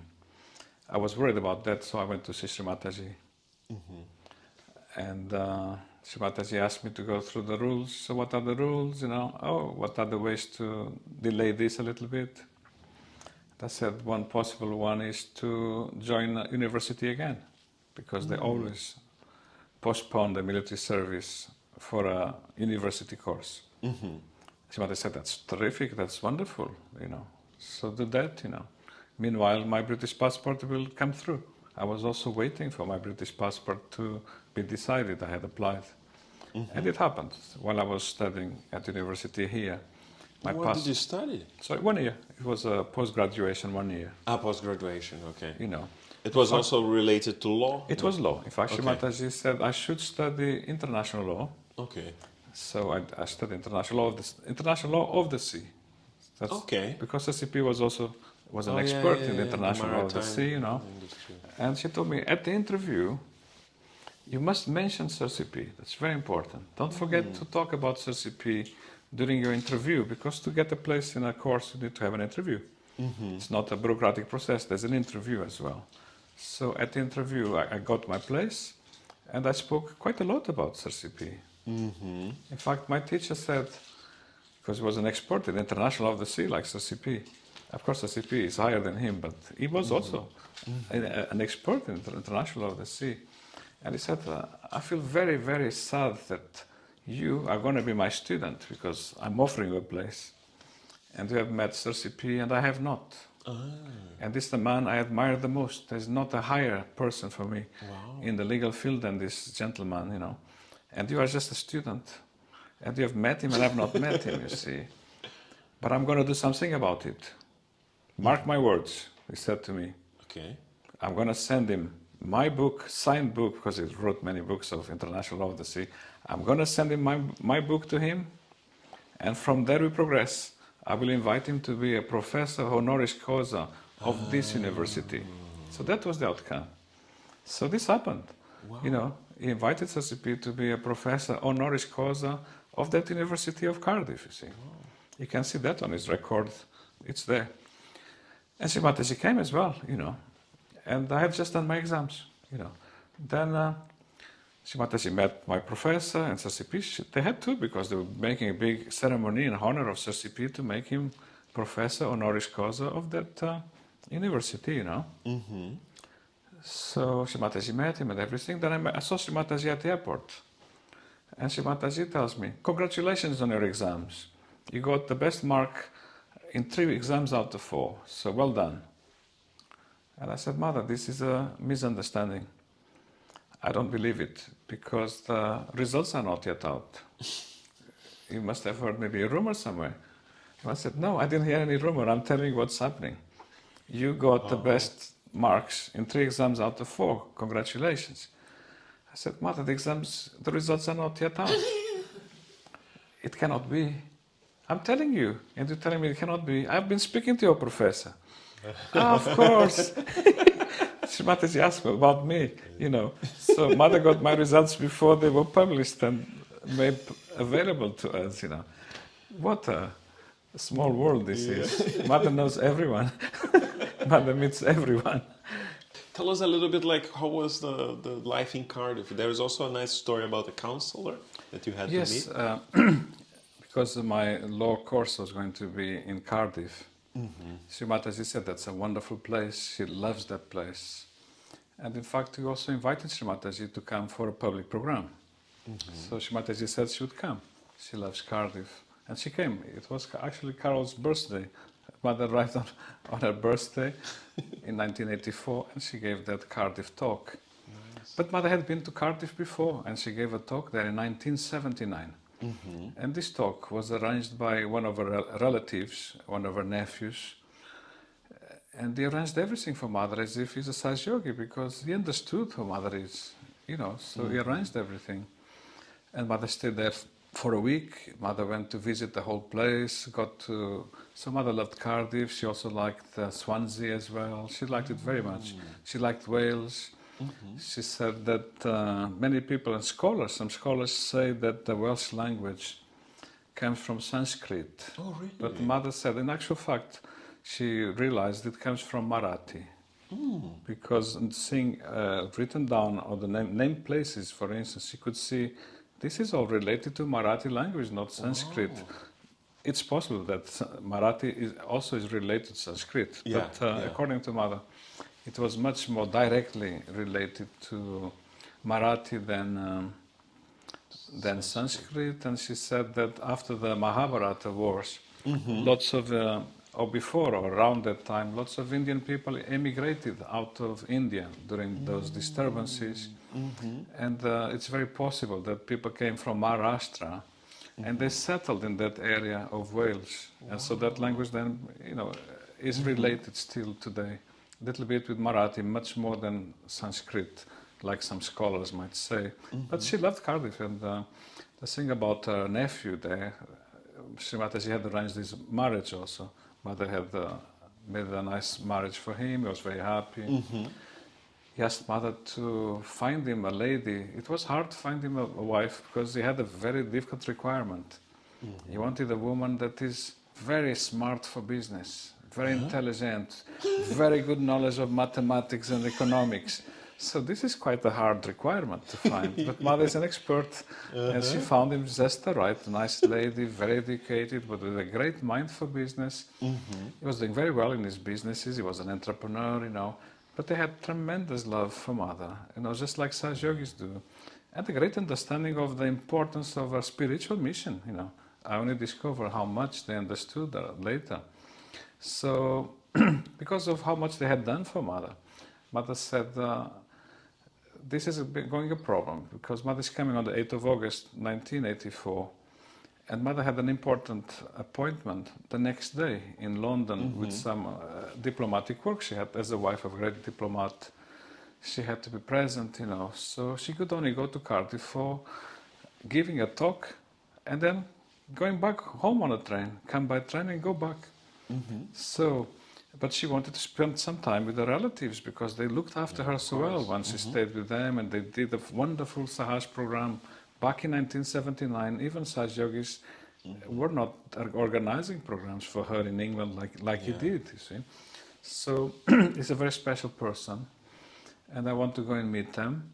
And since I cannot come to their home, because they have to take the train back straight away after the program, I wanted to go and visit them on my behalf, so you are representing me.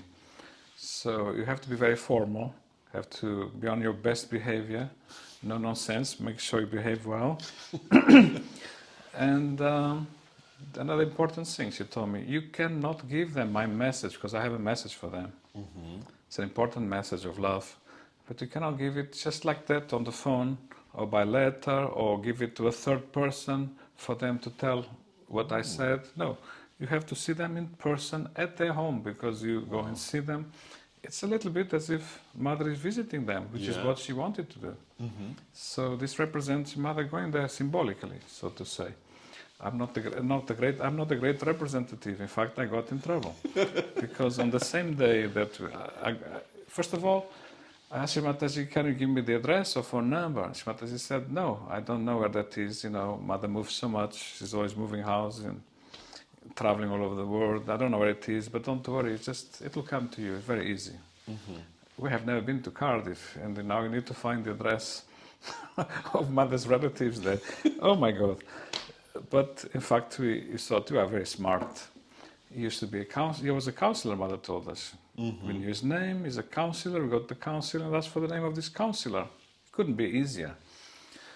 Except that he was no longer a counselor, but even if he was, he had stopped being a counselor, he was just doing his business now.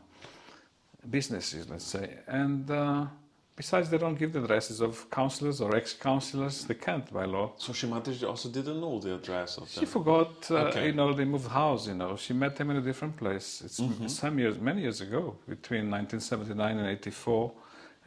Meanwhile, he had moved houses several times. He didn't have his address, didn't have the phone number. And we asked in the council, what else can we do? We don't have any connections, we don't know anyone. And so, nothing. So we started the public program of Sahaja Yoga, and one of the first people that comes, she's an Indian lady, she saw mother's photo. Oh, this is the lady Mataji from Councillor Varma, you know, I work for him. Oh, really? Oh my God, so now we are sorted. She said, so I want the address of Councillor Varma. Oh, right, why? Oh, I have a message for him. Right, give me the message, I'll give it to him. I can't, you know. So Councillor Varma heard that I have a message from Shri Mataji for him. He's very anxious to get the message, you know. But he has to wait another week because of public meetings, you know. Next week she comes, you know. I can't give the message. Then she gives me the address and the phone number, so I contact him. We arranged for a meeting, you know. So the meeting was arranged. On the day of the meeting, it's just an accident. My wife got a job interview. It was so hard to get a job. We could not really miss that opportunity. It was a good job interview. You know, how can we bypass this? You know. So she went for the interview. Yeah. And I went with the baby, 4-month-old, to the great meeting with Councillor Varma, with the councillor, and his wife. Well, just before going into the meeting, I gave as much milk as I could to the baby. He was only 4 months old. And I told him, you know, and I asked mother, please, don't ask for a nappy change or cry and shout and scream on the pushchair.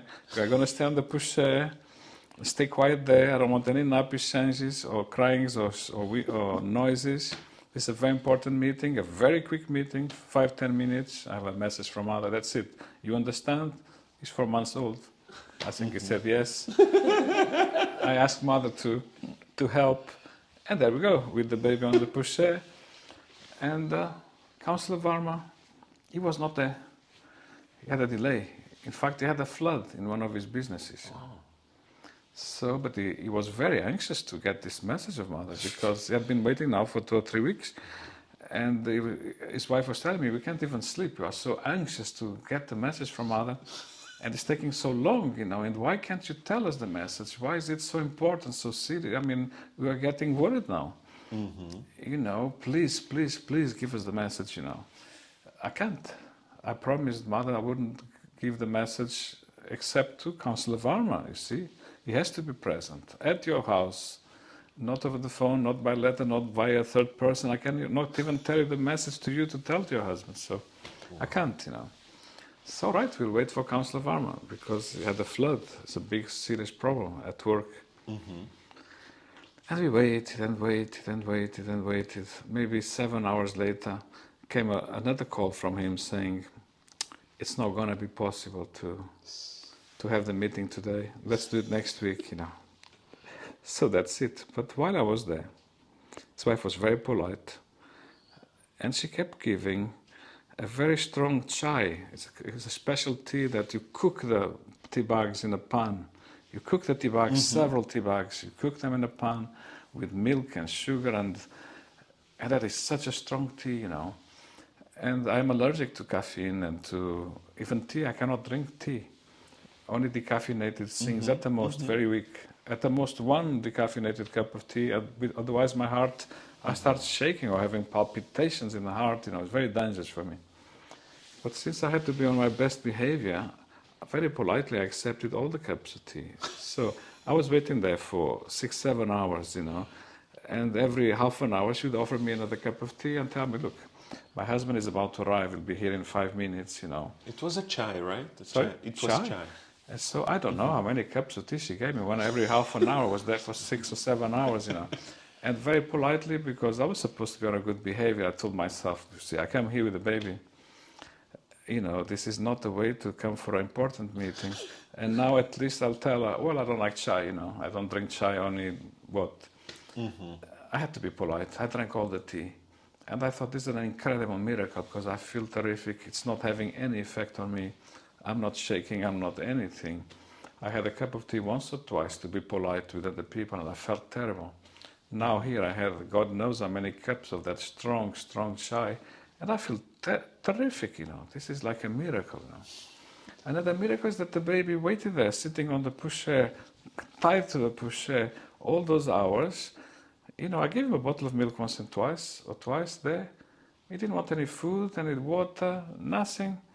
No milk, no nappy change, never got asked to come out of the pushchair to climb and go everywhere and do all the sorts of things he does, No shouting, no screaming, nothing. It's just like, and this, the lady, Mrs. Varma, she's saying, I've never seen a child like this, She sits there like a little Buddha in meditation, Very happy. Yes, he drank some milk, no doubt, but it's amazing and it's extraordinary. What you must have some secret, must be this Sahaja meditation, maybe, She was very surprised. In the end, came the last call that we can no longer have the meeting, so I went home. I was sitting at the bus stop, It's getting a bit late, that area hardly has any buses there. So one of the neighbors of Councillor Varma came and told me, look, I'll give you a lift to town, I'll take you home, because you could be waiting here for hours for a bus with a child on the pushchair, So I had a big car, like one of those big jeeps, so the pushchair went into the car, the baby still in the pushchair, and they took us home, long distance, but they took us home, I said, that is amazing, what a strange day.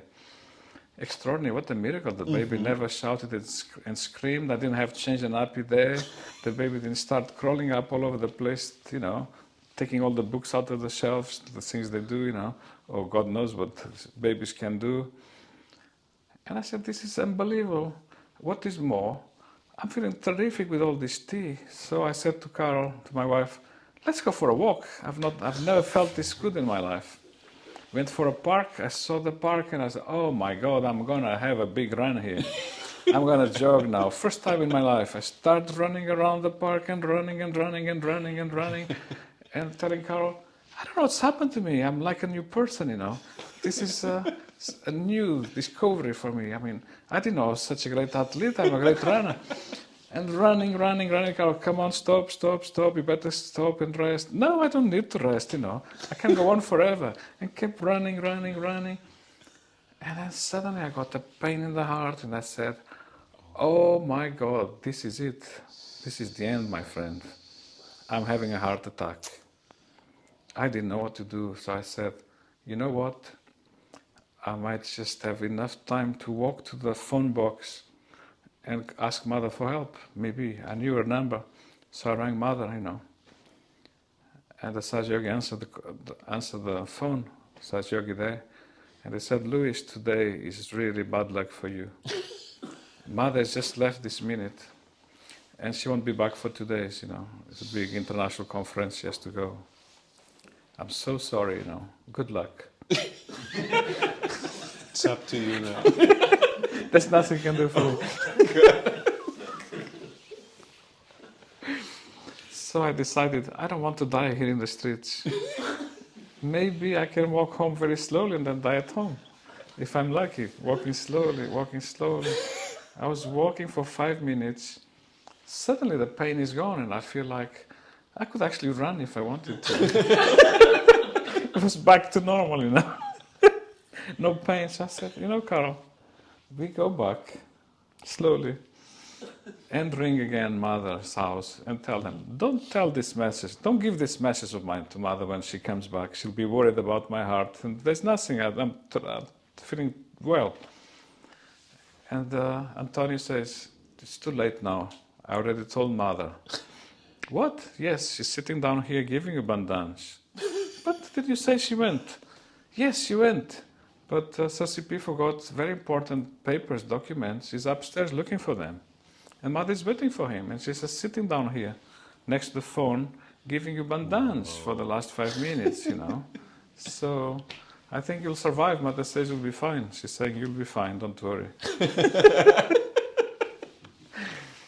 So that's when I realized these people Mother asked me to go and meet. They were special. Mother already said that, but they also told me whenever they have any problem, even serious health problem, they don't ring Mother, they don't call Mother, they never disturb her. They know how important the work she's doing, that they feel that all they have to do is think of her, and somehow all their problems get solved. So they had an understanding of what Mother can do from a big distance even, without even telling her. So they were much higher than I realized, much higher than I for sure, but much higher than I understood. In fact, my understanding was very limited. There's a problem, you call Mother. They don't call Mother, they just think of her, and they know Mother solves their problems. So it was a lesson for me to meet those people, really, the amount of miracles that happened. Amazing. So it's really like this power, that's everywhere, kind of to protect you, and you had this experience almost dying. Let's say that. The powers of Mother are unbelievable. She has powers if she wants to use them. Her powers are infinite, really. I remember one incident at the airport. Mother was standing there for a long time because there were so many people queuing up to give her flowers. So this was creating a little bit of a disturbance at the airport. Suddenly lots of flights arrive at the same time, there's lots of people with their trolleys and suitcases, and all the Sahaja yogis are there, sitting quiet with their hands out and their flowers, waiting a long time. And the security guard felt that, we need to push these people out of here, because it's somehow blocking the flow a little bit, So he told Sahaja yogis, please move, please get out of here. Sahaja yogis don't react. We all pretended that it's not important. We are here to meet Mother, We have our flowers, we have to give our flowers to Mother. They don't budge. They don't budge at all. But the security guard, he was, I don't know, probably 7 foot tall. And the width of his hips and the width of his shoulders is like a tree, a monster of a man. The size of his boots was terrifying even. What the size of a man. He lost patience. A giant. And he started pushing. There was at the back of the queue to see Mother, there was lots of ladies with the pushchairs. He started pushing the women up into the air almost, and the pushchairs with the babies. Left and right, and he lost patience. The Sahaja yoginis, they just put the pushchair back on as it should. No reaction, they sit there all the same doing nothing. That's it. Sahaja yoginis are not afraid. They're not terrified. Nobody died. That's it. They just, they didn't mind. They were pushed out of, almost like flying in the air, the strength of that man. So I decided I have to speak to this man. Very politely, I go back. I go straight to this man. I touch him on the shoulder. Sir, may I have a word? He said, did you touch the uniform? He says to me, yes, sir, I touched the uniform. I'm sorry, I just wanted to say something. If ever you touch the uniform, he showed me the size of his boot. Your head will be under my foot and you'll be smashed to bits. Oh my God. And suddenly I felt 2 people holding my arms, These were 2 Sahaja yoginis, They were holding my arms and say, Luis, leave the man in peace. Come. And they pushed me backwards. Don't talk to him, because they had seen what he can do. He pushed the ladies and the pushchairs and the babies into the air. He was showing me what he could do with his foot, And I wanted to speak to him, to explain to him that this is Shri Mataji, a great, important lady, this and that, but they didn't let me. They held me back until the man disappeared. So he carried on. He kept going and he was pulling people left and right, pushing everybody with brutality. Then he arrived in front of Mother. And I was coming behind him. After a while, the ladies left this Sahaja released me. So I went back behind him, trying to catch him, but he's going so fast. He's going so fast, pushing everybody left and right with an animal. What a beast of a man. And he arrives, he's getting very close to Mother, and Mother makes a face that is one of the most horrifying faces I've ever seen. Oh my God. As if Mother is a lion or something, Mother can do these faces, Do you know what this man did? He bent down in half and ran away and went away. Oh my He also, I don't know what he saw in Mother's face. I saw it from that distance behind him. And I was terrified. What face Mother made is as if she turned into a lion or something. The man, he must have seen something because, tall as he was, he bent himself into half as if he's like a hunchback, very little man. And like this, it walked away and disappeared. This is what Mother can do if she wants to, when she wants to. I could not stop that man, but Mother can. Mother got rid of him like that. What an amazing thing she can do. Amazing. The things Mother can do is unending, There was one occasion, I was at Shelsham Road and the message came, those who are free, if you want to come to Mother's house and help to shift some furniture. Mother wants to shift some furniture. I'm not an expert, I'm not that strong, but it's just to go and see Mother's house, go back to Mother's house, one never says no. So I've done this type of things, shifting furniture, at Mother's house, ashrams, So I said I'm qualified. So I went. I was the only one that went. The message went around, no one else came. So there was a Sahaja there who is much stronger, and he does building work. I said, so this is it. I'm the only one that came. He already knows I'm not that strong after all. So, oh my God, he was not very pleased that I'm the one who came, The task was very hard task. Shri Mataji came and told us, look, time is very short. Tomorrow I'm going on an international tour, and I want to get this sorted before I go. I need all that furniture from the attic to be taken into a van, so it can be taken away for storage.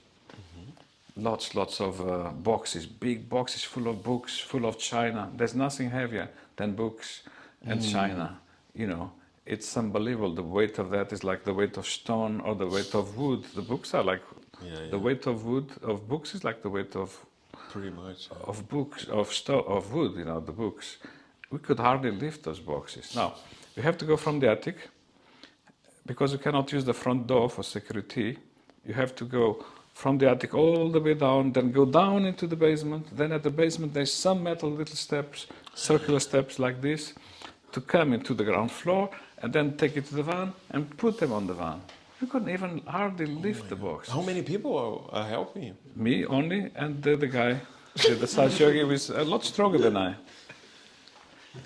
I said, look, what you can do is two of us take the boxes, if we take the box together, two of us, it makes it easier. Maybe that way you can do it. He said, no way. I take one box, you take one box. This Mother said we are in a rush. He could just about do it, and he's much stronger than I. And I don't know.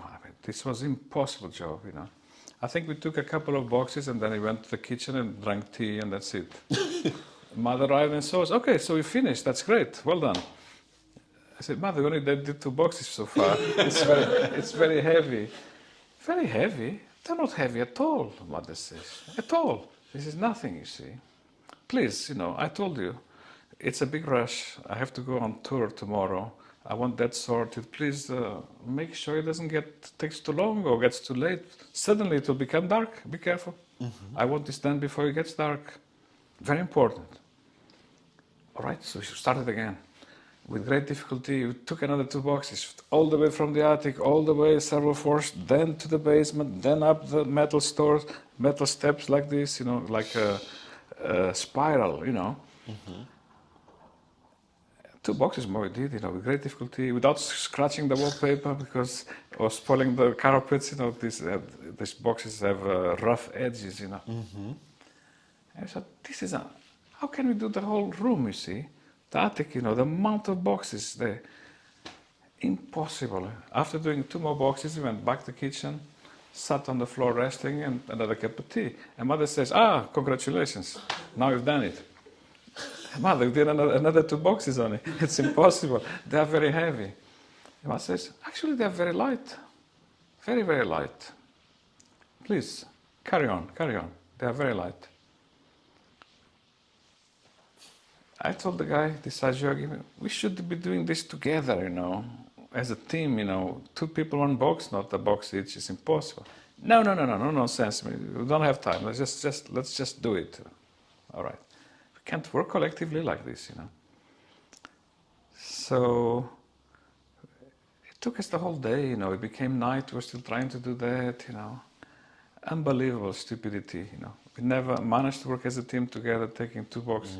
2 people take a box or say a mantra together. It's Nothing. too heavy for 1 person, but perhaps light 2, enough for 2. or say a mantra, something. Or I remember saying, shall we not say mantra or something, because this is impossible. And Mother came and said, so you are still doing that job? It's so dark now. I told you not to do it in the dark. Mm-hmm. Why it took the whole day to do something so simple, It's just like Maya, we don't understand what's happening here. It made us think, Well, in the end we emptied the room. That's why it took the whole day, until in the whole night already late, we were still doing that. Should have been done in an hour, Mother said, or less, Wow. And at last we finished that room with great suffering, Absolutely horrible, appalling. But it was a humbling experience, It was a good lesson for our ego, we felt. And then at last the van is going to go away and the van breaks the key. So when it's Mother, the key broke inside the van in the ignition. What shall we do? Oh, well, you can't leave the stuff in the van because this area is full of robbers, You have to bring it all back. Now it's worse, now it's uphill. You see? Now we have to go down into the basement and then go uphill onto the attic. But Mother, please, we want to sleep in the van overnight. We'd rather sleep in the van. In the van? No way, you can't sleep there. The robbers will take you. You'll be taken. They'll take the van, they'll take you as well, you'll be finished, No way. You have to empty it out. That's the only solution. It's very easy. This is very light work. Now we knew at last we have to unite. We held hands, the 2 yogis, and we said a mantra to Sri Anumana. We went downstairs.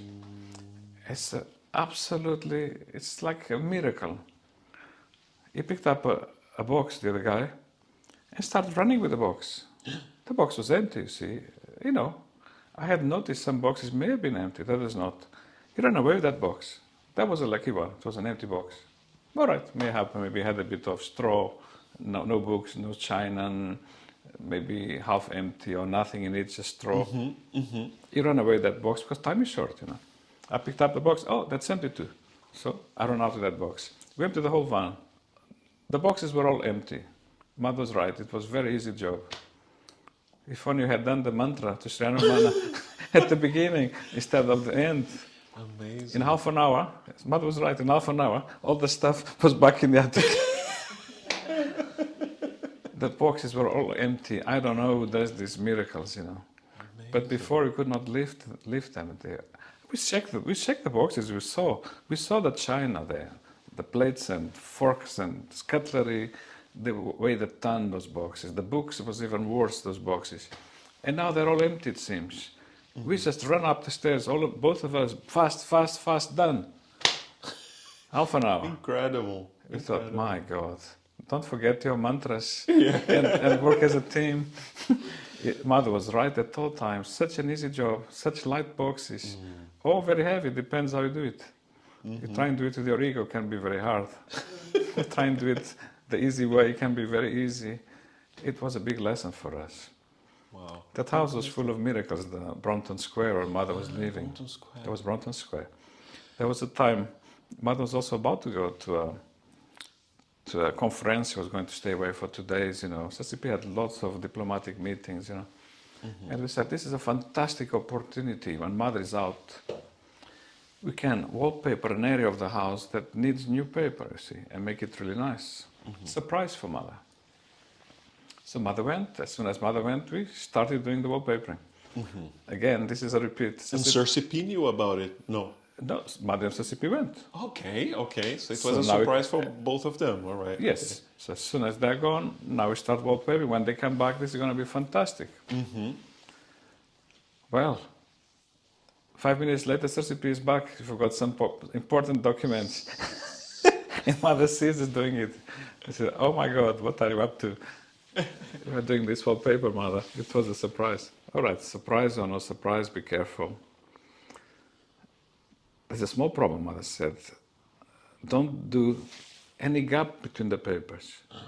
Because I don't mind, she said, gaps in the papers. But Cersei, he likes things very professionally, so be careful, no gaps. I said, mother, no problem, We actually overlap. There's no chance of any gaps.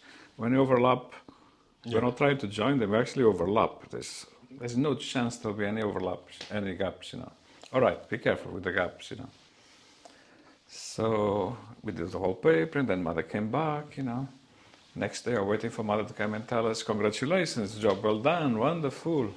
But mother didn't say anything, so, mother, did you like the job? Very much. I liked it very much, but Cersei saw a big gap there. No, mother, there's no gap.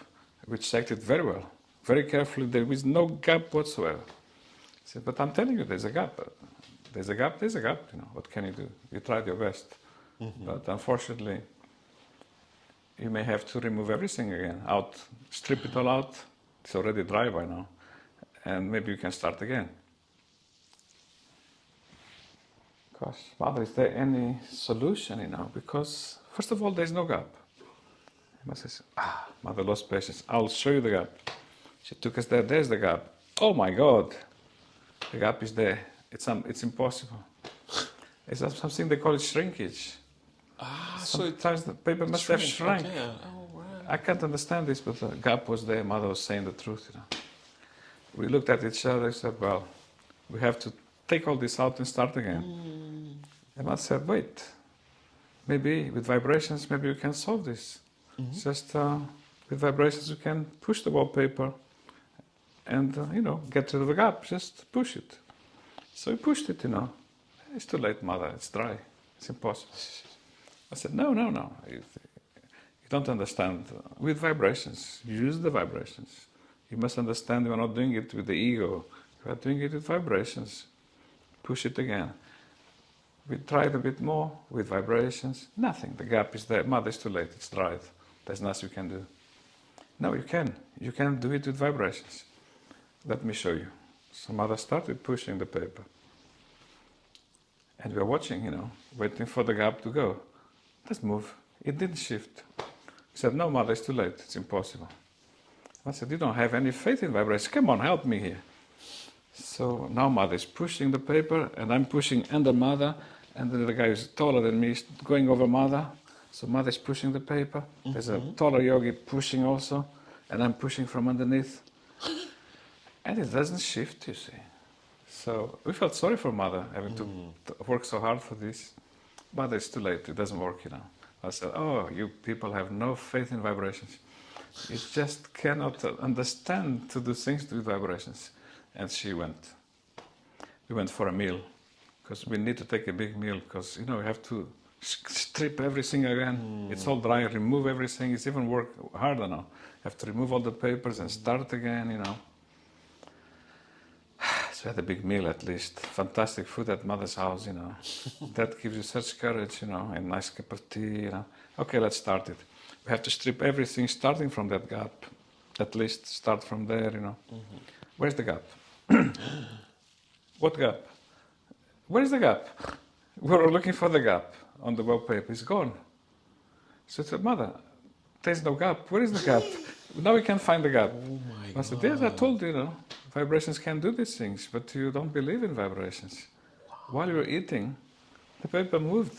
The gap disappeared. it was a shocking thing. Incredible, incredible. So I think, thank you so much, Uncle Luis. It was a pleasure. I mean, I think it was a great kind of ending also with these wonderful miracles. And we have to meet again to talk about your experience with William Blake. No? I'd love that. Yes, thank you. Yeah. All right. Thank you so much. Jai Shri Mataji. Jai Shri Mataji. And see you in the next episode. If you enjoyed this conversation, you can find more interviews in our book, Virata, Conversation with Sahaja Yogis, Volume 1. You can purchase the book on Amazon, and you can find the link in the description of this episode. Thank you.